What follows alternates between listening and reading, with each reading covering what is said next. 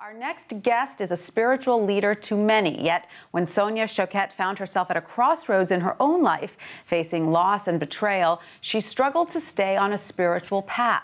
So she turned to the age-old practice of pilgrimage along the legendary Camino de Santiago, and she's here now to tell us about it. Sonia, thank you so much for joining us today. I'm glad to be here. Thank you. You wrote a book about your experience, but before we get to that, I want to ask you about the sixth sense. You say that our sixth sense is our authentic self. What do you mean by that? Well, our sixth sense is the wisdom of our heart. And our heart is the first organ in the body to develop. And it is an intelligent, informing organ. It is the organ that allows us to be who we really are. And our other senses reflect on the outside world and adapt to what we need to survive, especially when we're young. So we develop these artificial behaviors and choices because we feel that the way to be safe is to win approval, which is an abandoning choice. It's just no longer being who we are. So our sixth sense is also our intuition. Absolutely. And the word means inner teacher or inner compass. So Nice. we really need, to me, we need it to live a life that is authentically fulfilling. And tell us about the time in your life not too long ago when you went through a really dark period. A lot of things happened at once. Well, you know, I've been teaching sixth sensory living, intuition to thousands, hundreds of thousands, and yet one year, in a very short period of time, my brother, I'm one of 7, died in his sleep. He was not sick.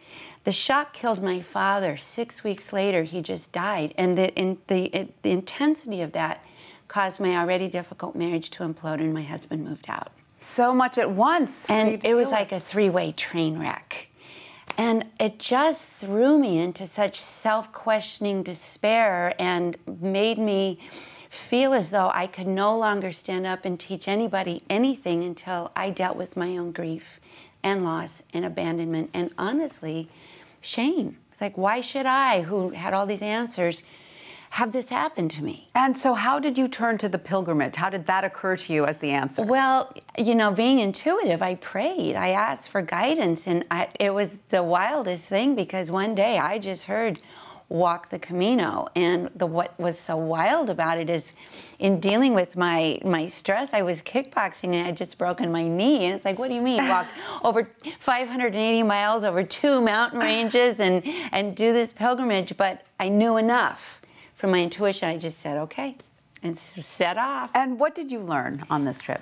Well, I learned that, first of all, resentments and anger and bitterness, we can hide them and we shove them away, and especially as a woman, that's not very attractive or desirable, so I kind of shoved those away, and they all came up as I walked. And I learned to walk with them until those energies moved through me and lifted.